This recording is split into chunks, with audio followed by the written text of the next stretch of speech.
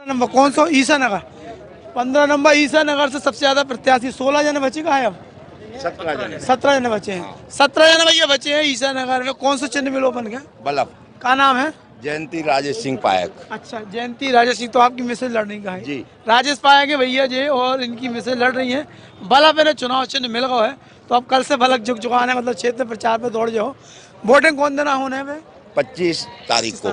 हाँ, तो कितने वार्ड में कितनी पंचायतें होती हैं अपनी ईसा नगर वार्ड में? 21 पंचायतें आती हैं। 21 पंचायत में। तो ये पहले घूम फिर रहा हूँ क्या? मैं घूमने आया? अब मैंने कई बार, हाँ। लगभग 10 बार और कहीं कहीं तो 100 बार, अच्छा अच्छा। मतलब जो हमारे नज़दीक के गांव हैं, ईसानगर के आसपास के गांव हैं, हाँ। वो लगभग 12-15 पंचायतें हैं। वहाँ पे अपन ये कहते हैं 100 बार घूमा। बाकी 5-6 पंचायतें ऐसी हैं जहाँ 10 बार, 15 बार, 20 बार घूम चुका हूँ। ये बार क्या देख रहे हैं आप? कैसे मुद्दा रहे हैं? कछु महंगाई वाले का स्थानीय मुद्दा है कि केवल प्रत्याशी की छवि के लेके चुनाव होने से पूरा? ये चुनाव होना है, एक तरफ रहेगा प्रत्याशी का काम और दूसरी तरफ जो बाहरी लोग आए हैं वो पैसे की दम पे आए हैं कि पैसा फेंक कर और चुनाव जीतेंगे। लेकिन मेरा कहना ये है कि ईसानगर क्षेत्र की जनता स्वाभिमानी है, इज्जतदार है, अभिमानी है। उन्हें अपनी गरीबी पे, अपने मध्यम वर्ग की जीवन पे घमंड है। वो किसी को बिकने वाले नहीं है, ना कोई उन्हें खरीदने वाला पैदा हुआ है। आए हैं जिन्हें ना कोई जानता है, ना कभी आए हैं, ना किसी के सुख में, ना दुख में, ना अच्छे में, ना बुरे में। जब किसानों के ऊपर खाद की किल्लत आई थी, बिजली की समस्या थी, और तब ये लोग कहीं नहीं दिख रहे थे, इनका कोई नामो निशान नहीं था। जब किसानों को ओलावृष्टि हुई, किसानों की फसलें बर्बाद हो गईं, ये कहीं नहीं थे, छुपे हुए थे।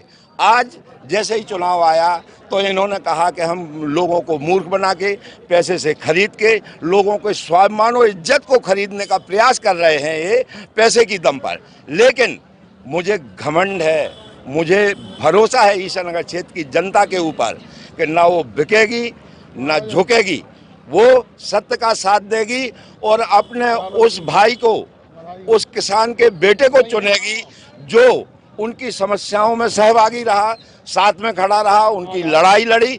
मैंने किसान आंदोलन किया था जब खाद की किल्लत थी, 1800 की बोरी बिक रही थी और ये सब चोर उसमें उस ब्लैक मार्केटिंग में शामिल थे और उसमें शासन था और प्रशासन था। मैंने ईसानगर में स्टेज गाड़ कर भूख हड़ताल की थी और मैंने शासन को ललकारा था और प्रशासन को ललकारा था स्टेज से कि अगर 2 दिन के अंदर किसानों की खाद की समस्या हल नहीं हुई तो गोदामों के ताले तोड़वा के लुटवा दूंगा और इससे अच्छा निकले बुरा निकले इसका दोषी शासन होगा। तो मेरी बात शासन के कानों तक पहुंची। दूसरे दिन ईसानगर के गोदामों में जितना डीएपी खाद का स्टॉक था, तहसीलदार, कृषि विभाग के अधिकारी आए और उन्होंने 1200 रुपये प्रति बोरी के हिसाब से जब पूरे खाद का वितरण करवाया सुबह से रात के 11 बजे तक। उसके बाद तहसीलदार साहब आए, मुझे गिलास से पानी पिला के मेरी भूख हड़ताल ख़त्म करवाई। मैं किसान का बेटा हूं, किसान के लिए लड़ता हूं। इनके पैसों को, इनके मंसूबों को, बाहरियों के और इनके जो कुचक रच के चुनाव जीतना चाहते हैं, ईसानगर क्षेत्र की स्वाभिमानी इज्जतदार जनता इनको खदेड़ेगी, इनके पैसे को खदेड़ेगी। ये होगा दंगल शुरू होगा तहीं से और जैसे ही मिलो है चुनाव चिन्ह वैसे ही बल्ब झुकझुकाने लगो और जो कहाँ लो चलने जो तय है। जो चूँकि ईसानगर वार्ड सबसे ज़्यादा चर्चा में रहने का ऐसे तो सबसे ज़्यादा एक से एक दिग्गज, एक से एक धुरंधर चुनाव लड़ रहे।